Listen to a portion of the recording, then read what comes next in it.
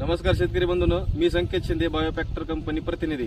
तर आपण राठोड साहेब बोलले त्याप्रमाणे समजा शेतकऱ्याच्या प्लॉटमध्ये आलो होतो। तर आता आम्ही तुम्हाला रिझल्ट दाखवण्याचा प्रयत्न करणार आहोत की कशा प्रकारे रिझल्ट हे बायोलॉजिकल डी आपल्या बायोफॅक्टर कंपनीच्या बॅक्टेरियल डिकम्पोजरचे कशा प्रकारे आलेले आहेत। तुम्ही अलीकडे तुम्हाला दाखवतो रिझल्ट। तर ती ओळ बघा, आपण यांना फवारलेले प्लॉट आहे। याच्यामध्ये तुम्ही बघू शकता ही पाचट जी आहे ही कुजलेली नाही। आपण इथं डिकम्पोजर फवारलेलं नसल्यामुळे तुम्हाला या सरीमध्ये पाचट 100% दिसणार। या सरीमध्ये सुद्धा पाचट आहे, इथली सुद्धा पाचट तशीच आहे। या 4 सरीमध्ये आपण न फवारल्यामुळं तुम्ही दाखवू शकता पाचट आहे। त्याच्यानंतर इथून आपण मार्किंग केलेली आहे। या मार्किंगच्या पलीकडे आपण 7 ओळी या बायोलॉजिकल डीच्या फवारलेले तुम्ही बघू शकता।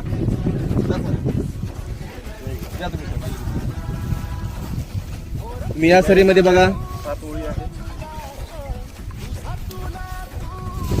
त्याच्यामध्ये पाचट दिसत नाही, इथं बघा इथे पण दिसत नाही।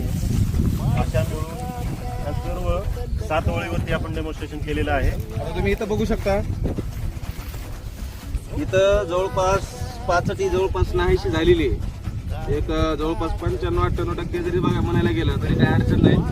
इथं तुम्हाला पाचट दिसणार नाही, पूर्णपणे पाचट कुजल्या गेलेली आहे इथं। तर अशा पद्धतीनं बायोलॉजिकल डीचे आपले उत्कृष्ट असे रिझल्ट आलेले आहेत। आम्ही ट्रायल घेतले होते ते ट्रायल अतिशय उत्तमपणे हे सक्सेसफुल झालेत आपण असं म्हणू शकतो।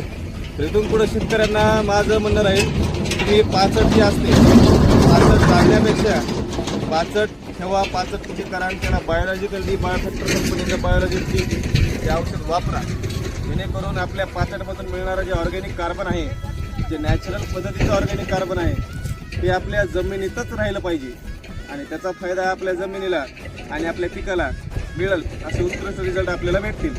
धन्यवाद।